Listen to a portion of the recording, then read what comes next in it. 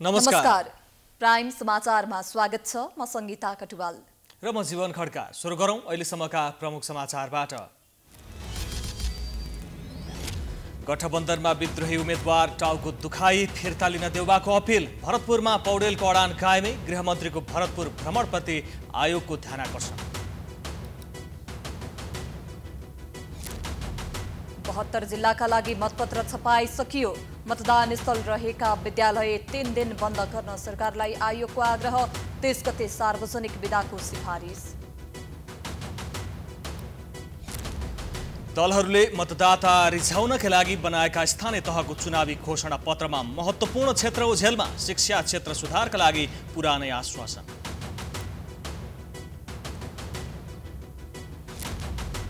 खाना पकाउने ग्यासको अभाव, मूल्य बढे पनि सहज आपूर्तिमा अवरोध।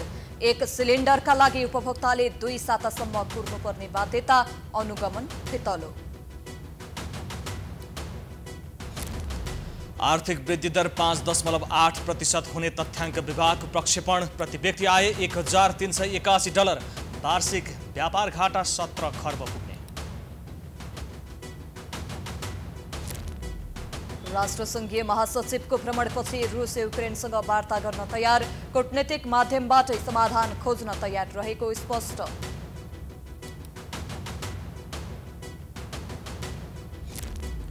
र नेपाली फुटबल चरम सङ्कटमा। प्रशिक्षक सङ्घको विवादले 10 खेलाडीको विद्रोह। गाँसबासको कुरा गर्दा अपमान गरेर घर पठाएको खेलाडीको गुनासो।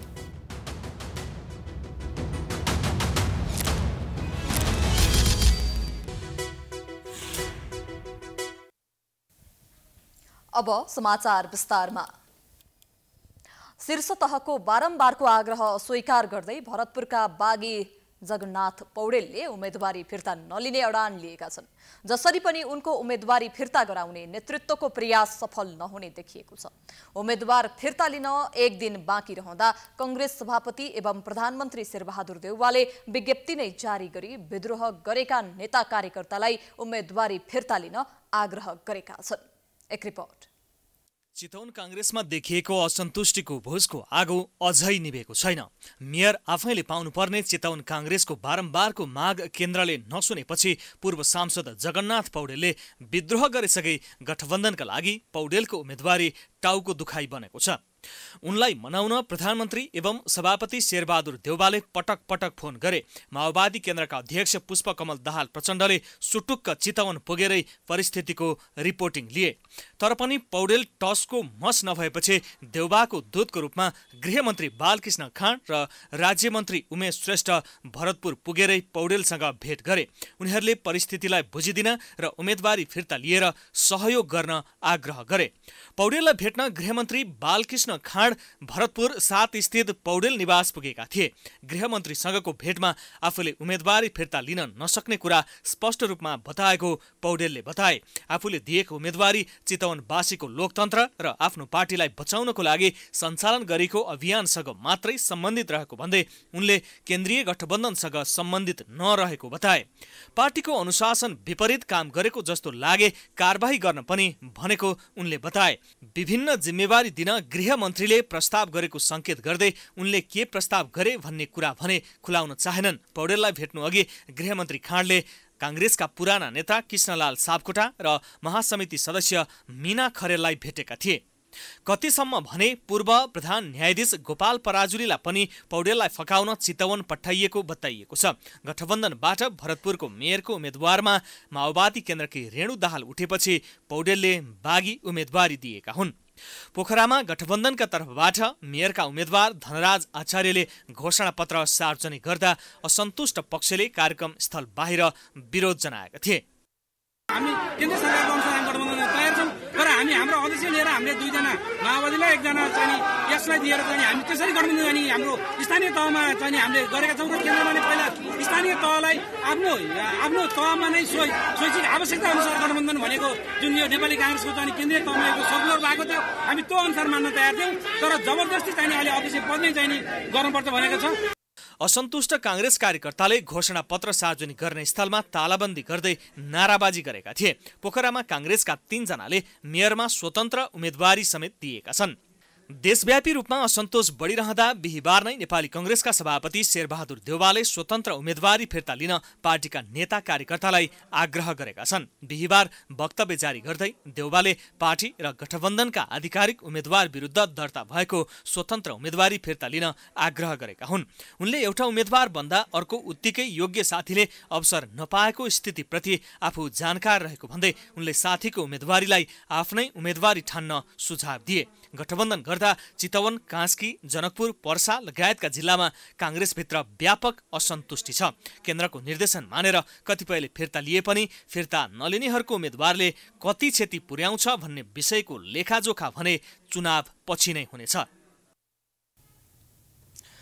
गत 11 र 12 गते स्थानीय तहका विभिन्न पदमा भएको उम्मेदवारीको संख्याको विस्तृत विवरण अझै आइसकेको छैन। आजसम्म प्राप्त तथ्याङ्क अनुसार 1,53,000 भन्दा धेरैको उम्मेदवारी परेको पुष्टि भएको छ। यो संख्या अझै बढ्ने निर्वाचन आयोगले स्पष्ट पारेको छ। सरकारका मन्त्रीहरूले नै निर्वाचन आचार संहिता उल्लङ्घन गरेको विषयमा आयोगले अध्ययन गरिरहेको छ। निर्वाचनका लागि अहिलेसम्म 72 जिल्लाका लागि मतपत्र छपाईको काम सकिएको छ। एक रिपोर्ट। वैशाख 30 गते हुन गइरहेको स्थानीय तह निर्वाचनका लागि विभिन्न पदमा कुल 1,53,045 जनाको उम्मेदवारी परेको छ। यो तथ्याङ्क अपराह्न 4 बजेसम्मको हो। देशभरबाट मनोनयनको विवरण आउने क्रम जारी रहेकाले यो संख्या अझै बढ्ने आयोगका सहप्रवक्ता सूर्य प्रसाद अर्यालले बताए। कम्प्युटरमा प्रविष्ट भएको तथ्याङ्क अनुसार 1,53,002 जना उम्मेदवारको मनोनयन दर्ता भएको छ, जसमा प्रमुखमा 3,510, अध्यक्षमा 3,387, उपप्रमुखमा 2,168 मनोनयन दर्ता भएको छ। देशभर 753 पालिका प्रमुख, सोही संख्यामा उपप्रमुख, 6,743 वडाध्यक्ष, त्यति नै महिला र दलित सदस्य तथा 13,483 सदस्यका लागि निर्वाचन हुँदैछ। केही पालिका प्रमुख, वडाध्यक्ष तथा सदस्यका लागि एकल मनोनयन परेकाले निर्वाचनबाट जनप्रतिनिधि छानिने संख्या केही घट्नेछ। आयोगले आइतबार र सोमबार मनोनयनको दिन तोकेको थियो। आयोगले गृहमन्त्री बालकृष्ण खाँड पार्टीको आन्तरिक विवाद मिलाउन सक्रिय रहेको विषय नोटिसमा रहेको जनाएको छ। बागी उम्मेदवार बनाउन गृहमन्त्री खाँड चितवन पुगेको बारे सोधिएको प्रश्नमा प्रतिक्रिया दिँदै सहायक प्रवक्ता अर्यालले यसबारे आयोगले छिट्टै निर्णय लिने बताए। आयोगले हालसम्म 1,77,00,000 मतपत्र छपाई कार्य सम्पन्न गरेको छ। आयोगका अनुसार 72 जिल्लाका लागि 1,77,00,000 थान मतपत्र छाप्ने काम सम्पन्न भएको हो। आजसम्म 72 जिल्लाका लागि 1,77,75,000 मतपत्र छपाई सम्पन्न भएको छ। हालसम्म 33 जिल्लाका लागि 51,81,000 मतपत्र ढुवानी गरिएको छ। मतदान तथा निर्वाचनको काम गर्न 28 वैशाखदेखि 30 वैशाखसम्म मतदान स्थल र मतदान स्थल रहेका विद्यालय उपयोग गर्न 3 दिन विद्यालय बन्द हुने आयोगले जनाएको छ। 3 दिन निर्वाचन स्थलका रूपमा प्रयोग गरिने विद्यालयमा वैकल्पिक विधिबाट अध्यापन गर्ने व्यवस्था मिलाउन आयोगले भनेको छ। मतदान स्थल तथा केन्द्र तोकेका विद्यालय, वडा कार्यालय, स्वास्थ्य चौकी एवं अन्य भवन मतदान प्रयोजनका लागि उपयोग गर्न त्यस्ता भवन परिसर 3 दिनसम्म उपलब्ध गराउन सबै स्थानीय तहलाई लेखी पठाउने निर्णय भएको छ। त्यसैगरी आयोगले निर्वाचन हुने दिन वैशाख 30 गते सार्वजनिक बिदा दिन सिफारिस पनि गरेको छ।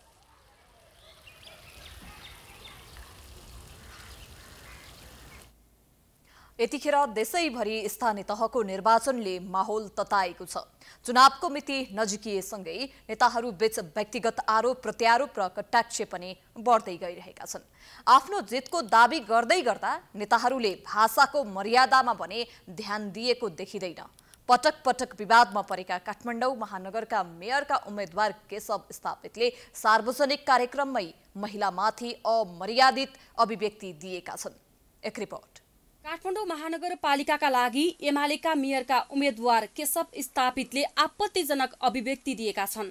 बिहिबार नेशनल कलेजमा भएको एक अन्तर्क्रिया कार्यक्रममा प्रस्तोता भावना राउतले मिटु आरोपबारे प्रश्न सोध्दा स्थापितले अमर्यादित ढंगले जवाब फर्काएका हुन्। यौन हिंसा गरेको आरोपबारे प्रश्न गर्दा आक्रोशित बनेका स्थापित बसेको ठाउँबाटै उठेर प्रश्नकर्तामाथि यसरी खनिए।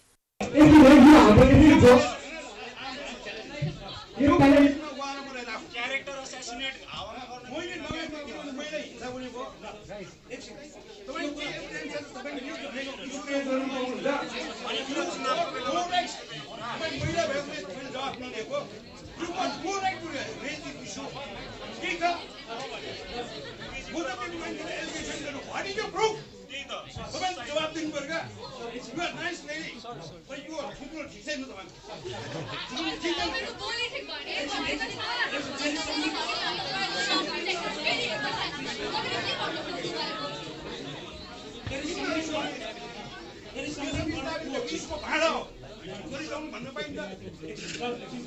काठमाडौँ महानगरको उम्मेद्वारका अन्य मेयरहरू पनि उपस्थिति कार्यक्रममा स्थापित निकै हताश र मर्यादा विपरीतको हाउभाउमा देखिएका थिए।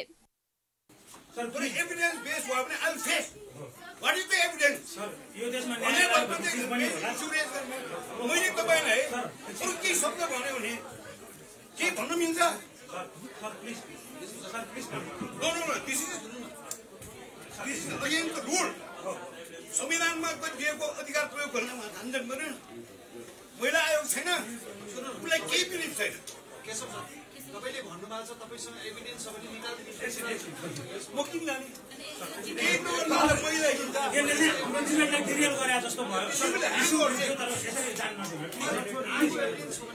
काठमाडौँ महानगरपालिकाका पूर्व मेयर समेत रहेका स्थापितलाई पूर्व कर्मचारी र पत्रकारले यौन दुर्व्यवहार गरेको आरोप लगाएका थिए। सोही विषयमा प्रश्न गर्दा स्थापित रिसाएका हुन्।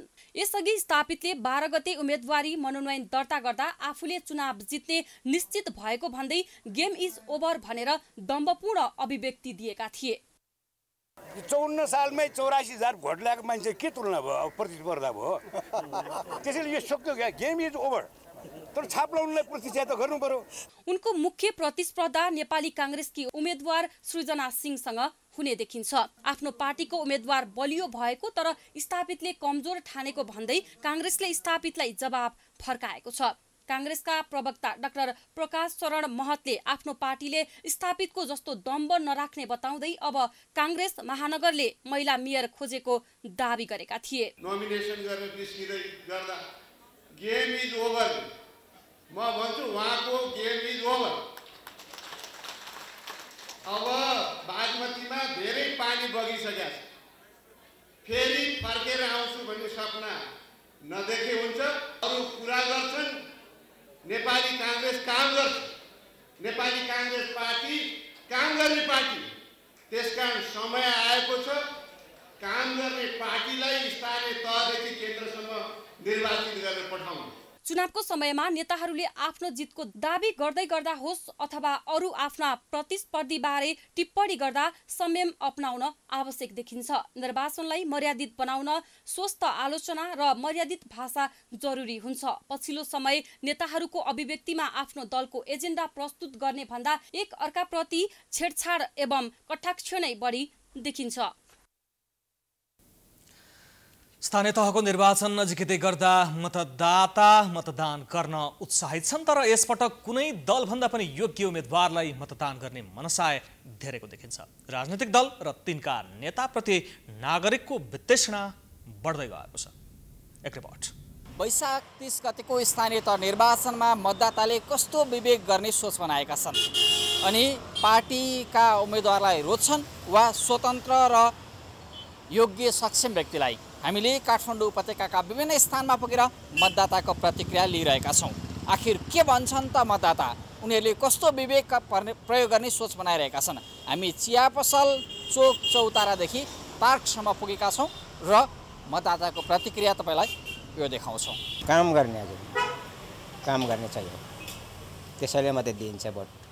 पार्टी भन्दैन अब अलि राम्रो मान्छेमा छान्नु पर्यो। जसले देश विकास गर्नलाई र देशको लागि गर्न सक्छ त्यसैले चाहने हो। तर घुमिफिरी फेरि टिकट पाउने त उनीहरै हुन् के, जुन फटाछ त्यसले पाउने हो। अब मतदाताको हातमा त अधिकार आयो नि, यतिखेर चाहिँ सही डिसिजन गर्नु पर्यो। अनि यतिखेर डिसिजन सही नगर्ने भोलि यो नेताले यसो गर्यो उसो गर्यो भने त्यो चाहिँ त्यो जनता दोषी हो भन्छु। त्यतिखेर चाहिँ जबसम्म जनचेतना आउँदैन तबसम्म यो चाहिँ यस्तै भइरहन्छ। हेर्नुहोस् यो यही किसिमको खिचडी सरकार, यही किसिमको चाहिँ द्वन्द्व, यही किसिमको चाहिँ लडाइँ। मत जाहेर गर्ने इच्छा छ वा राजनीतिबाट वितृष्णा, यसको जवाब हामीले विभिन्न पार्क, चिया पसल, चोक लगायतका स्थानमा गएर मतदातासँग मागिरहेका छौँ। अब पनि हामी केही प्रतिक्रिया लिन्छौँ। कसैले हालेर केही हुनेवाला छैन कि के गरेछ र हाम्रो देशको लागि के गरेछ बाटोघाटो हेर्नु न, त्यहाँ यो काठमाडौँ भन्छ न, त्यहाँ बाटोघाटो कस्तो छ। त्यो मेरो सोचाइ नै के छ भनेदेखि मतदान मजाले गर्ने हो, एकदम खुसी साथ गर्ने हो, तर सही व्यक्ति छानेर गर्ने हो। कुनै पार्टीमा लागेर कुनै उसमा होइन कि कसले राम्रो गरेको छ, कसले राम्रो गर्न सक्छ, सम्भावना कसको राम्रो देखिन्छ त्यो हेरेर गर्नुपर्ने हुन्छ। जुन व्यक्ति सक्षम छन्, जुन व्यक्तिले विकास गर्न सक्छन् त्यस्ता व्यक्तिलाई जिताउनु पर्छ। त्यो विवेक प्रयोग गर्नु। विवेक एकदम विवेक प्रयोग गरेर गर्नुपर्छ। बाटो सडक छ न, त हामीलाई रोजगार नै छ न केही छ। जति गरे पनि लास्टमा गएर विदेश जाने हो। भोट हालेर काम छैन, नहाल्ने यसपालि हामी त भोट सुट। हामी सोच विचार गरेर मात्रै यसपालि भोट हामी हाल्छौँ। त्यत्तिकै तपाईँको त्यो हामी अब यो 5 वर्ष त्यत्तिकै भोट हामी खेला फाल्दैनौँ न। यो प्रतिनिधि आवाज जस्तै मतदाताले सही विवेक प्रयोग गर्लान् वा पुरानै प्रवृत्तिको निरन्तरता होला। यसका लागि भने वैशाख 30 को मतदान र निर्वाचनको नतिजा पर्खनुपर्ने हुन्छ। क्यामेरामा राजेश ढकालका साथमा पुण्य प्रसाद धमला, काठमाडौँ। समाचारको सिलसिला जारी छ, हामी विश्रामपछि आउँछौँ। बाँकी समाचारको साथमा। विश्रामपछि स्वागत छ। अब बाँकी समाचार। दलहरूले मतदाता रिझाउनकै लागि स्थानीय तहको चुनावी घोषणापत्रमा जे जस्ता सपना देखाए 5 वर्षपछि पनि ती सपना नै सीमित हुने भन्दै आलोचना हुने गर्छ। सबैजसो दलहरू घोषणापत्रमा समावेश भएका सङ्कल्प पूरा गर्न विफल देखिँदै आएका छन्। यसपटक दलहरूको घोषणापत्रमा शिक्षा क्षेत्र सुधारका लागि पनि उनै पुरानै आश्वासन देखिएको छ। एक रिपोर्ट। वैशाख 30 गते हुने स्थानीय तह निर्वाचनका लागि प्रमुख दलहरूले आफ्नो चुनावी घोषणापत्र सार्वजनिक गरिसकेका छन्। स्थानीय तहको पहिलो कार्यकाल सकिँदै गर्दा अपवाद बाहेकका स्थानीय तहले विगतमा जनतासँग गरेको कुनै पनि वाचा पूरा गरेनन्। तर दलहरू उही पुरानो नहुने घोषणापत्र लिएर चुनावी मैदानमा होमिएका छन्। नागरिकलाई अन्य थुप्रै आश्वासन जस्तै शिक्षा क्षेत्र सुधारका लागि योजना अगाडि बढाइएका छन्। यसपटक नेपाली कांग्रेसले शिक्षालाई निशुल्क गर्ने व्यवस्थादेखि सेवा सुविधाको विषय समेटेको छ। प्राध्यापक डाक्टर विद्यानाथ कोइरालाले नेपालको संविधानमा भएको व्यवस्था समेत दलहरूले आफ्नो प्राथमिकतामा राख्न नचाहेको धारणा राख्छन्। यस अगाडिको निर्वाचनमा जस्तै यसपटक पनि खोक्रो आश्वासन सहितको घोषणा गरेरै चुनावमा दलहरू गएको उनको धारणा छ। अन्तर्गत म कसरी गर्छु त संविधानको धारा 30 लाई म कसरी लागू गर्छु, 40 लाई कसरी लागू गर्छु, म 51 लाई कसरी लागू गर्छु, उच्च शिक्षामा म के गर्छु भन्ने किसिमको चिन्तन हुनुपर्छ। त्यो चिन्तन नै आयो। त्यसले गर्दा उनले कि संविधान पढ्दैनन् कि पहिले गरेको कुराकानीलाई फेरि अर्को ढङ्ग पनि रहेछ। कहिलेकाहीँ के पनि चलन चल्ती हुँदो रहेछ घोषणापत्रमा भने पहिले हामीले यो प्रतिबद्धता जनाएका थियौँ, अहिले क्षमा माग्छौँ, यति गरौँ, यति गर्न सक्ने अवस्थामा छौँ, अब यति चाहिँ फेरि अर्को चुनावमा हामी गर्छौँ भन्न सक्ने किसिमको आँट पनि हुँदो रहेछ। त्यो पनि उनीहरूले गरेन। त्यसले गर्दाखेरि मैले त के देख्छु भने त्यो घोषणाको लागि घोषणा बनाइदिने किसिमको मात्रै हो। घोषणापत्रमा विद्यालयमा दिवा खाजा, छात्राहरूका लागि निशुल्क सेनिटरी प्याडको व्यवस्था, कक्षा 5 वर्षभन्दा कम उमेर समूहका बालबालिकाको सिकाइका लागि घरबाटै गर्ने 1 शिक्षक 1 ल्यापटप, प्रविधिको प्रयोग, आधारभूत विद्यालय शिक्षकको तलब सुविधाको स्तर वृद्धि लगायतका विषय घोषणापत्रमा समावेश भएका छन्। विद्यालयमा विद्युतीय हाजुरीको व्यवस्था, प्रत्येक पालिकामा कम्तीमा एउटा प्राविधिक धारको माध्यमिक विद्यालय स्थापना गर्ने, माध्यमिक शिक्षालाई क्रमशः निशुल्क र अनिवार्य बनाउने जस्ता विषय घोषणापत्रमा छन्। सबैभन्दा योग्य व्यक्तिलाई शिक्षण पेसामा आकर्षित गर्ने जस्ता आश्वासन दलहरूले दिएका छन्। के हो भने राजनीतिज्ञहरू सकेसम्म विद्यार्थी शिक्षकलाई आफ्नो पक्षमा लाउँ, त्यो चाहिँ समालोचनात्मक मान्छे नबनोस्, त्यो चाहिँ स्कुलको भए पनि मेरै पछि लागोस्, भेडा जस्तै किसिमको गएर चाहिँ पछि लागोस् भन्ने किसिमको दृष्टिकोण बोकेको राणाकालीन मानसिकताका नेतृत्वहरू हामीसँग रहे। चाहे त्यो काङ्ग्रेसको नेतृत्व होस्, चाहे एमालेको होस्, चाहे माओवादीको होस्, चाहे चाहिँ लसपाको होस् अथवा चाहिँ जोसुकैको होस्, जसपाको होस्, जोसुकैको होस्, चिन्तनको तह चाहिँ त्यो खालको भएको हुनाले मैले चाहिँ चाहेनन् नै भन्नु भने। विकास भनेको केही किलोमिटर बाटो पिच गर्नु मात्रै नभएर जनतालाई स्वास्थ्य, शिक्षा जस्ता महत्त्वपूर्ण सरोकारका विषय हुन् भन्ने पनि दलहरूले बिर्सिन नहुने सुझाव विज्ञहरूको छ। काठमाडौँ महानगरपालिकाको प्रमुख उम्मेदवारी दिनुभएका कांग्रेस नेत्री सिर्जना सिंहले महानगरलाई सुरक्षित बनाउने योजना सहितको संकल्प पत्र सार्वजनिक गरेका छन्। बिहिबार काठमाडौँमा आयोजित एक कार्यक्रमका बीच सिंहले सेवा सुशासन, स्वास्थ्य शिक्षा, सामाजिक सुरक्षा, स्वच्छ सफा, दिगो पर्यावरण, सुरक्षित शहर, सांस्कृतिक सम्पदा, सभ्यता, सबल समुन्नत पूर्वाधार र सबल युवा स्वावलम्बी महिला सृजनशील महानगरवासी समेटिएको संकल्प पत्र सार्वजनिक गरेकी हुन्। उपत्यकालाई महिला, बालबालिका, ज्येष्ठ नागरिक, अपाङ्गता भएका व्यक्ति लगायत सम्पूर्णले सुरक्षित अनुभव गर्न सक्ने र हिँडडुल गर्न सक्ने सहरको निर्माण गरिने उनले बताइन्। यस्तै उनले ठूला गफ नभई ससाना कुरा गरेर काठमाडौँलाई बदल्न सकिने र यसमा ध्यान जाने उल्लेख गरिन्।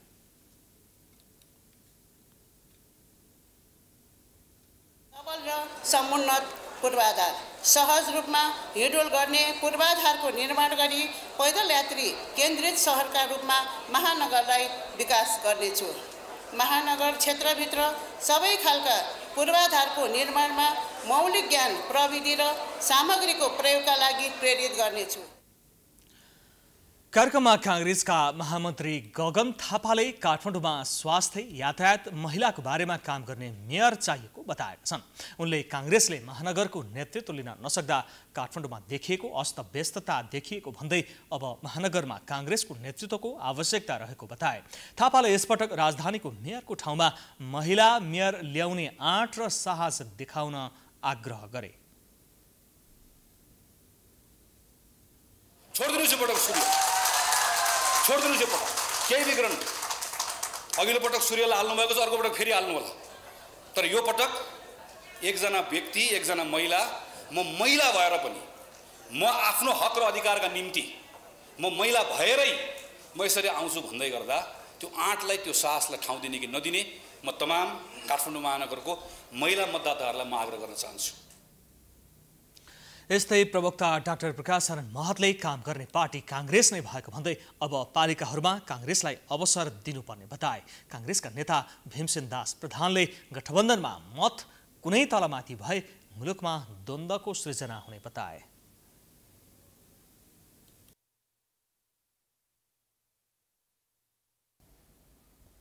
पछिल्लो पटक प्रति सिलिन्डर 100 रुपैयाँ मूल्य बढाइए पनि उपभोक्ताले ग्यास अभावको समस्या झेल्नु परेको छ।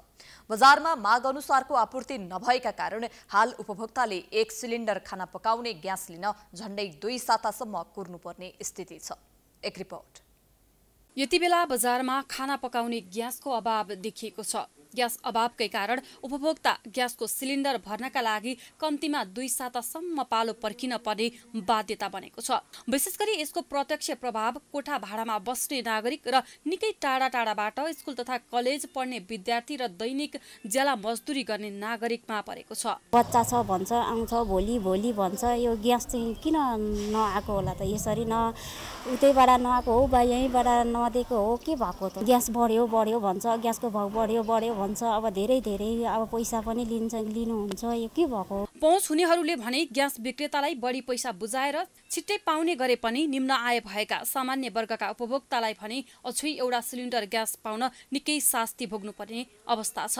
हाल ग्यास लिन जाने उपभोक्तालाई विक्रेताले सिलिन्डर छाडेको 1 देखि 2 साता भित्रमा मात्रै ग्यास दिन सक्ने बताउँदै आएका छन्।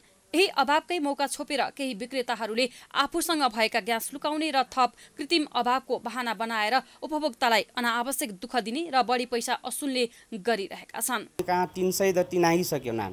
300 मा अब हजुरको लगभग 100 वटा जति गइसकेको छ, अझ 200 बाँकी छ। अब यही रेसियोमा, किनकि 1 हप्ता 10 दिनको उसमा अन्तरालमा आइरहेछ भनौँ। अब त्यसमा यही उसमा आयो भने लगभग 10 दिन होइन कि 15-20 दिन नै कुर्नुपर्छ व्यक्तिले। ग्यास आइरहेको छ, नआएको होइन। जस्तै 2000 आउनु पर्ने ठाउँमा 500 आएको छ, त्यसरी चल्दैन नि त। त्यो भएको अनि घरबेटीहरूले पुरा भरेर राख्नु पर्यो, त्यसपछि गाह्रो हुन्छ नि त। चैत महिनामा राष्ट्रिय पेट्रोलियम संस्थागत समन्वय समितिले 10 दिनसम्म ढुवानी रोकेका कारण अहिलेसम्म काठमाडौँ उपत्यका लगायत देशैभर बजारमा ग्यासको अभाव परेको हो। व्यवसायीको आन्दोलन पश्चात नै ग्यासमा प्रति सिलिन्डर 100 रुपैयाँ बढाइएको छ। उक्त मूल्य तिरेर पनि उपभोक्ताले 1 सिलिन्डर ग्यास समेत पाउन सकेका छैनन्। तर अनुगमन तथा आम जनताको गुनासोप्रति सरकारवाला निकाय जिम्मेवार बन्न सकेका छैनन्। वाणिज्य आपूर्ति तथा हित संरक्षण विभागले अनुगमन गरेर केही ग्यास व्यवसायीलाई कारबाही गरेको जनाए पनि अनुगमन भने प्रभावकारी हुन सकेको छैन। कतिपयलाई हामीले यहीँ बोलाएर पनि उहाँहरूलाई सचेत गर्ने, उहाँहरूलाई अनुरोध गर्ने, त्यस्तो नगर्न, अब गऱ्यो भने अलिकति थप जरिवाना हुन्छ भन्ने सामान्य चाहिँ गर्नेहरूलाई पनि हामीले सम्झाइ बुझाइ पनि गऱ्यौँ, चेतावनी पनि दियौँ, सचेत पनि गरायौँ। नगद जरिवाना पनि हामीले गरेका छौँ यो बिचमा। त्यो अवस्थापछि चाहिँ अहिले हिजोदेखि चाहिँ अहिले यो 2 दिनको यताको कुरा गर्ने हो भने चाहिँ त्यस्तो प्रकृतिको गुनासो आएको छैन। यहाँले भन्नुभएको जस्तो यो 7 दिनदेखिको यताको हामीले विषयवस्तु हेर्ने हो भने फाटाफुट्टा गुनासाहरू नआएका होइनन्, तर अवस्था त्यस्तो छैन, अहिले सहज छ सबै। सामान्य अवस्थामा देशभर दैनिक 1 लाखवटा सिलिन्डर ग्यास खपत हुन्छ, जसका लागि 1.5 करोड ग्यास सिलिन्डर बजारमा छन्। त्यसैगरी करिब दैनिक 80 बुलेट ग्यास भारतबाट नेपाल भित्रिन्छन्। एउटा बुलेटमा 1250 वटा सिलिन्डर भरिने ग्यास बोकिएको हुन्छ। तर माग अनुसारको ग्यास आपूर्ति नहुँदा र लगातार 15 दिनसम्म ग्यास आपूर्ति बिग्रदा अहिलेसम्म बजारमा चाप देखिएको छ। वैशाख 21 गतेदेखि सुरु हुने रातो मच्छिन्द्रनाथको रथ यात्राका लागि रथ निर्माण भइरहेको छ। वैशाख कृष्ण प्रतिपदाका दिन रातो मच्छिन्द्रनाथको महास्नान गरेपछि रथ बनाउने काम भइरहेको हो। वैशाख शुक्ल प्रतिपदामा मच्छिन्द्रनाथलाई रथारोहण गर्नुपर्ने भएकोले रथ बनाउने कामलाई तीव्रता दिएको गुठी संस्थानले जनाएको छ। रथ विभिन्न किसिमका काठ तथा बेतको सहायताले बनाउने गरिन्छ। काठकै चुकुल राखी बेतको डोरीले बाँधेर रथ निर्माण गर्ने परम्परा छ। पाटनको तबहालबाट मच्छिन्द्रनाथको मूर्तिलाई खटमा राखी सांस्कृतिक बाजा गाजाका साथ जात्रा गर्दै पुल्चोकमा निर्मित 32 हात अग्लो रथमा आरोहण गराइने चलन छ। मच्छिन्द्रनाथको मूर्ति रथारोहण गरिएको चौथो दिन रथयात्रा गर्ने परम्परा छ। आमाको मुख हेर्ने दिनको भोलिपल्ट रथारोहण गरिएको रातो मच्छिन्द्रनाथको रथ पुल्चोकबाट तानेर पाटनका विभिन्न स्थानमा पुर्याइने गरिन्छ। किंवदन्ती अनुसार 12 वर्षसम्म पानी नपरी अनिकाल लागेपछि राजा नरेन्द्र देव तान्त्रिक बन्धुदत्त आचार्य ललित ज्यापू तथा कर्कोटक नागराज समेत भारतको कामरूप कामाख्या गई बुगन्ध अर्थात् रातो मच्छिन्द्रनाथलाई काठमाडौँ उपत्यकामा ल्याएका थिए। आफ्ना गुरु मच्छिन्द्रनाथ देखे पश्चात गोरखनाथ गुरुको दर्शनका लागि जाने क्रममा नवनाग मुक्त भई वर्षा भएको र सहकाल लागेको विश्वास छ। यही किंवदन्तीका आधारमा हालसम्म पनि मच्छिन्द्रनाथको मूर्तिलाई रथयात्रा गर्ने परम्परा छ।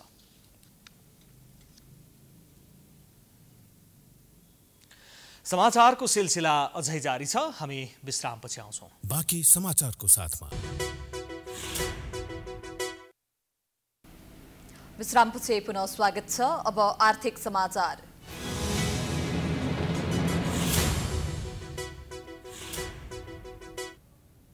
केन्द्रीय तथ्याङ्क विभागले चालु आर्थिक वर्षका लागि 5.8% आर्थिक वृद्धि दर हासिल हुने प्रक्षेपण सार्वजनिक गरेको छ। चालु आर्थिक वर्षको वार्षिक बजेट मार्फत सरकारले 7% को आर्थिक वृद्धि दर हासिल गर्ने लक्ष्य राखेको थियो, तर त्यसलाई 1.2% बिन्दुले घटाएर 5.8% मात्रै रहने अनुमान विभागले सार्वजनिक गरेको हो। आर्थिक वर्ष 2078-79 को वार्षिक राष्ट्रिय लेखा अनुमान सार्वजनिक गर्दै उक्त वृद्धि दर हासिल हुने जनाएको हो। चालु आर्थिक वर्षको 9 महिना अवधिको यथार्थ तथ्याङ्क र बाँकी 3 महिनाको अनुमानका आधारमा यो तथ्याङ्क सार्वजनिक गरेको विभागले जनाएको छ। यस आर्थिक वर्षमा कृषि क्षेत्र 2.3% र गैर कृषि क्षेत्र 6.9% ले बढ्ने अनुमान गरिएको छ। हाम्रो डेटाहरूले हाम्रो तथ्यले चाहिँ 5.84 भनेको नियरली 6% को ग्रोथ चाहिँ आर्थिक वृद्धि चाहिँ हामीले हासिल गर्न सक्ने अवस्थामा हामी पुगेका छौँ र डेटा र तथ्यहरूले चाहिँ 9 महिनाको यथार्थ तथ्य र 3 महिनाको चाहिँ हामीले आकलन गरेको तथ्यको आधारमा यो प्रक्षेपण गरेका छौँ। चालू आर्थिक वर्षको लागि प्रति व्यक्ति कुल गृहस्थ उत्पादन 1372 अमेरिकी डलर र प्रति व्यक्ति राष्ट्रिय आय 1381 अमेरिकी डलर बराबर रहेको छ। आधार मूल्यका आधारमा अहिले नेपालको अर्थतन्त्रको आकार 41 खर्ब 5 अर्ब 54 करोड र उपभोक्ता मूल्यका आधारमा 48 खर्ब 51 अर्ब 62 करोड रहेको पनि विभागले जनाएको छ। चालू आर्थिक वर्षका लागि आयात 20 खर्ब र निर्यात 3 खर्ब 20 अर्ब बराबर हुने पनि विभागले जनाएको छ। व्यापार घाटा मात्रै करिब 17 खर्ब पुग्ने देखिएको छ।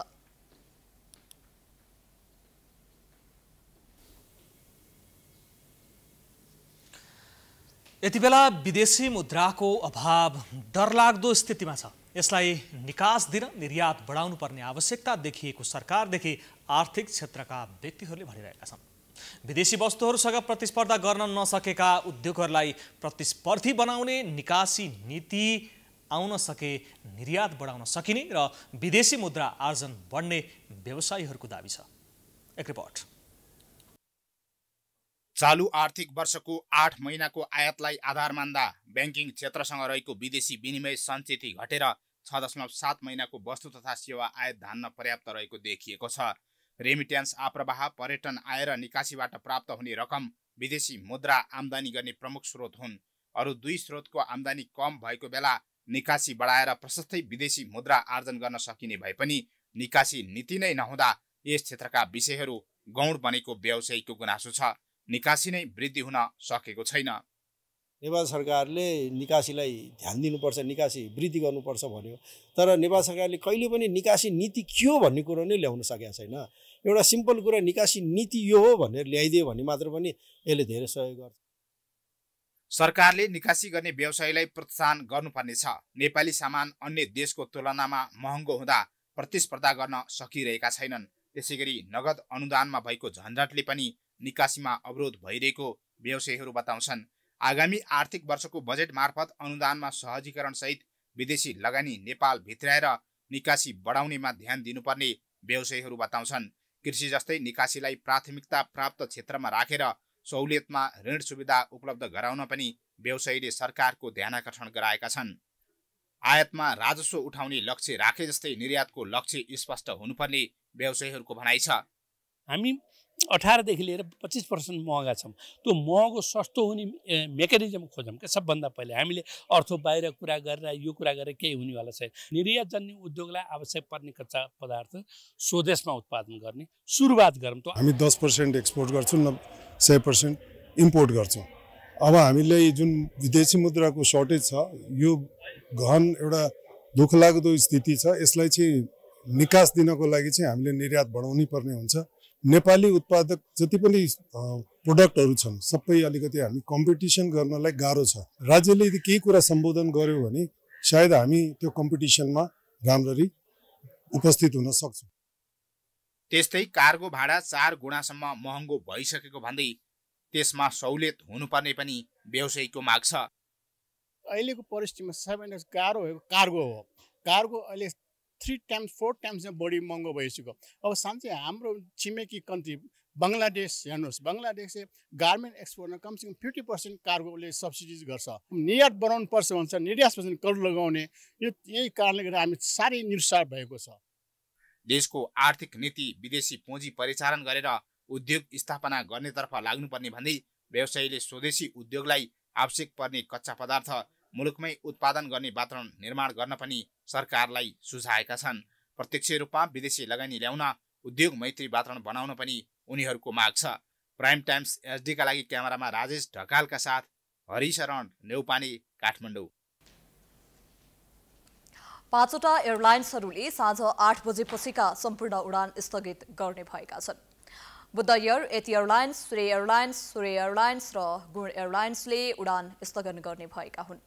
वायु सेवा सञ्चालक सङ्घले विज्ञप्ति जारी गरी विभेद प्राविधिक कारणले गर्दा हाललाई रात्रि 8 बजेपछिका नियमित तर्फका उडानहरू गर्न नसक्ने अवस्था नरहेको जनाएको हो। अन्य पूर्वाधार र सम्भावना सम्बन्धित विस्तृत छलफल गर्न नेपाल नागरिक उड्डयन प्राधिकरणसँग समय समेत माग गरिएको अवस्थामा प्राधिकरणले बुधबार जारी गरेको स्लट सम्बन्धी नयाँ व्यवस्था अनुरूपको तालिका सङ्कलन गर्न सदस्य वायुसेवा कम्पनीहरूले नसक्ने भन्दै सङ्घले उडान स्थगनको निर्णय गरेको जनाएको छ। सङ्घले गत वैशाख 3 गतेकै स्लट सम्बन्धी व्यवस्था हाललाई लागू गर्न पनि माग गरेको छ।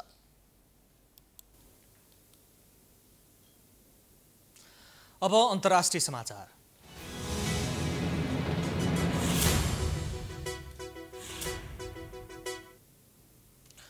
युक्रेनसँगको वार्ता अघि बढाउन रुस सहमत भएको छ। रुसका विदेश मन्त्री सेर्गोई लाभ्रोभले युक्रेनसँग पुनः वार्ता गर्न तयार रहेको प्रतिक्रिया दिएका हुन्। रुस भ्रमणमा पुगेका संयुक्त राष्ट्र सङ्घका महासचिव एन्टोनियो गुटेरेससँगको भेटवार्तापछि आयोजित पत्रकार सम्मेलनमा लाभ्रोभले युक्रेनसँग फेरि वार्ता अघि बढाउने बारेमा सहमति भएको प्रतिक्रिया दिए। युक्रेनसँगको द्वन्द्व कूटनीतिक तरिकाबाट नै समाधान गर्नुपर्नेमा आफूहरू सहमत रहेको उनले बताए। उनले आफ्नो तर्फबाट यसअघि पनि वार्ताको पहल भएको, पटक वार्ता पनि भएको, तर युक्रेनकै कारण वार्ता सफल हुन नसकेको दावी गरे। आक्रमण भएको 1 हप्ता नबित्दै पहिलो चरणको वार्ता भएको थियो। त्यसपछि पटक वार्ता भए पनि निष्कर्षमा पुग्न सकेको थिएन। रुसले युक्रेनमाथि आक्रमण गरेको 2 महिना पूरा भइसक्दा पनि युद्ध अन्त्यका लागि ठोस पहल नदेखिएपछि राष्ट्रसङ्घका महासचिव रुस पुगेका हुन्।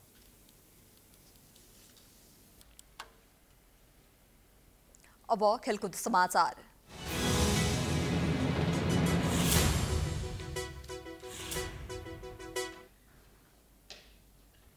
फुटबल खेलाडी र प्रशिक्षक बीचको विवाद उत्कर्षमा पुगेको छ। केही राम्रा नतिजा दिइरहेको फुटबलमा अहिलेको विवादले भविष्यप्रति नै चिन्ता गर्नुपर्ने अवस्था आएको छ। एएफसी एसियन कप छनौटको तयारीमा रहेको अवस्थामा सृजित विवादको मुख्य कारक प्रशिक्षक नै भएको खेलाडीको आरोप छ। एक रिपोर्ट। नेपाली फुटबल टिममा देखिएको विवादबारे पत्रकार सम्मेलन गरेर बन्द प्रशिक्षण छाडेका खेलाडीले विवादबारे जानकारी दिएका छन्। बन्द प्रशिक्षण छाडेका 10 जना खेलाडीले पत्रकार सम्मेलन गर्दै सामान्य गाँसबासको कुरा गर्दा अहिले टिमको कप्तानी गरिरहेका रोहित चन्दलाई टिमबाट निकालिएको बताएका छन्। पत्रकार सम्मेलनमा बोल्दै खेलाडी विशाल श्रेष्ठले सुरुमा होस्टेलमा राख्ने भनिएको र सो होस्टेलमा सामान्य सुविधा पनि नभएको विषयमा कुरा गर्ने जिम्मेवारी रोहितलाई दिइएको बताए। रोहितले सो विषयमा कुरा गर्दा उनलाई प्रशिक्षक अब्दुल्लाह अल मुताइरीले टिमबाट निकालेको जानकारी दिए। भित्र गएपछि उहाँले एकपक्षीय रूपमा आफ्नो धारणा प्रस्तुत गर्दै हामीलाई क्याम्प छोड्न निर्देशन दिनुभयो। उहाँले आफू रहन्जेल हामी कहीँ पनि राष्ट्रिय टोलीमा नपर्ने समेत बताउनु भयो। त्यसै उहाँले अन्त्यमा you started the war and I ended it भन्नुभयो। अल मुताइरीले पटक क्याम्प छाडेर जान भनेपछि आफूहरू बाध्य भएर प्रशिक्षण छाडेको खेलाडीहरूले बताएका छन्। अल मुताइरी आएपछि खेलाडीमाथि निकै दबाब बढाइएको तर टिमको हितका लागि मुख बन्द गरिएको उनीहरू बताउँछन्। अहिले बाध्य भएर बोल्नु परेको श्रेष्ठले बताए। अल मुताइरीले आफूहरूलाई तिमीहरूले युद्ध सुरु गर्यो म अन्त्य गर्छु भनेर धम्क्याएको श्रेष्ठको आरोप छ। प्रशिक्षकले आफू रन्जेल हामी कोही पनि राष्ट्रिय टोलीमा नपर्ने चेतावनी दिएको समेत खेलाडीले खुलासा गरेका छन्। खेलाडीहरूले उनको प्रशिक्षणमा अब राष्ट्रिय टिममा फर्किन गाह्रो रहेको बताएका छन्। प्रशिक्षकले मैदानभित्र नभई मैदान बाहिर पनि समस्या निकालेको उनीहरूको आरोप छ। अल मुताइरीले तेलो कपाल लामो भयो ट्याटु किन बनाइस् भन्ने कुरा निकालेर दबाब दिने गरेका रहेछन्। अब समस्या त धेरै थियो। कोचले चाहिँ अब इनसाइड फिल्ड मात्र होइन कि हामीलाई आउटसाइड फिल्डमा पनि धेरै नै कन्ट्रोल गर्नुभएको थियो। फर इक्जाम्पल अब कसैको कपाल लामो भने कोचलाई प्रब्लम, कसैको हातमा ट्याटु भयो भने प्रब्लम। अब हामीले सामाजिक सञ्जालमा हाम्रो फ्यानहरूसँग इन्टरेक्ट गर्न नपाउने सबै कुरा चाहिँ कोचको पर्मिसन लिएर मात्र हामीले चाहिँ गर्नुपर्ने। त्यो वर्ड फुटाउनमा यो त कतै पनि हुँदैन नि त। यो जुन चाहिँ अहिले यो कुरा मैले राखेँ होइन।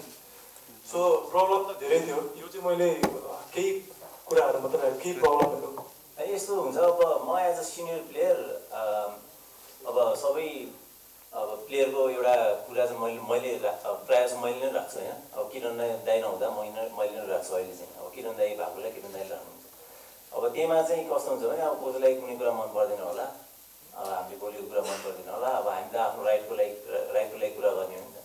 नेपाली राष्ट्रिय फुटबल टिम यति बेला कुवेतमा हुने एएफसी एसियन कप छनौटको तयारीमा रहेको छ। एसियन कपका लागि राम्रोसँग तयारी गर्नुपर्नेमा प्रशिक्षक र खेलाडी बीचको विवादले अन्यल सिर्जना भएको छ। फुटबल विवाद समाधानका लागि एन्फाले पहल गरेको जनाए पनि नतिजा भने निस्किएको छैन। मालदिप्समा रहेका कप्तान किरण चेम्जोङले सामाजिक सञ्जाल मार्फत असन्तुष्ट खेलाडीको पक्षमा धारणा सार्वजनिक गरेका छन् भने अन्य खेलाडीले पनि प्रशिक्षकप्रति असन्तुष्टि जनाएका छन्। खेलाडी र दर्शकको अपार माया पाएका प्रशिक्षक अलमुताइरी अव्यावहारिक र शङ्का भएको आरोप यसअघि पनि लाग्दै आएको थियो। तर पनि उनको प्रशिक्षणपछि नेपाली फुटबलमा धेरै सुधार भएकाले उनको प्रशंसा हुँदै आएको छ। तर खेलाडीमाथि अनावश्यक दबाव प्रस्तुत गरेपछिको अहिलेको घटनाक्रमले चिन्ता गर्नुपर्ने बेला आएको छ। यसअघि हामी समाचारको अन्त्यमा आइपुगेका छौं। जाँदा जाँदै प्रमुख समाचार पुनः एकपटक। गठबन्धनमा विद्रोही उम्मेद्वार टाउको दुखाई फिर्ता लिन देउबाको अपील। भरतपुरमा पौडेलको अडान कायमै। गृहमन्त्रीको भरतपुर भ्रमणप्रति आयोगको ध्यान आकर्षण। 72 जिल्लाका लागि मतपत्र छपाई सकियो। मतदान स्थल रहेका विद्यालय 3 दिन बन्द गर्न सरकारलाई आयोगको आग्रह। 30 गते सार्वजनिक विदाको सिफारिस। दलहरूले मतदाता रिझाउनका लागि बनाएका स्थानीय तहको चुनावी घोषणा पत्रमा महत्त्वपूर्ण क्षेत्र ओझेलमा। शिक्षा क्षेत्र सुधारका लागि पुरानै आश्वासन। खाना पकाउने ग्यासको अभाव, मूल्य बढे पनि सहज आपूर्तिमा अवरोध। 1 सिलिन्डरका लागि उपभोक्ताले 2 सातासम्म कुर्नुपर्ने बाध्यता। अनुगमन फितलो। आर्थिक वृद्धि दर 5.8% हुने तथ्याङ्क विभाग प्रक्षेपण। प्रति व्यक्ति आय $1,381। वार्षिक व्यापार घाटा 17 खर्ब पुग्ने। राष्ट्रसङ्घीय महासचिवको भ्रमणपछि रुस युक्रेनसँग वार्ता गर्न तयार। कूटनैतिक माध्यमबाटै समाधान खोज्न तयार रहेको स्पष्ट।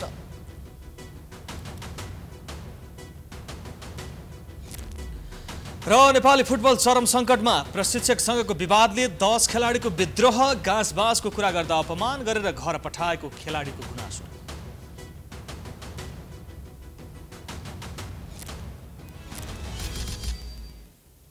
समाचार अहिलेलाई सकियो।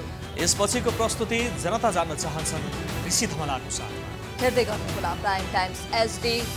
नमस्कार।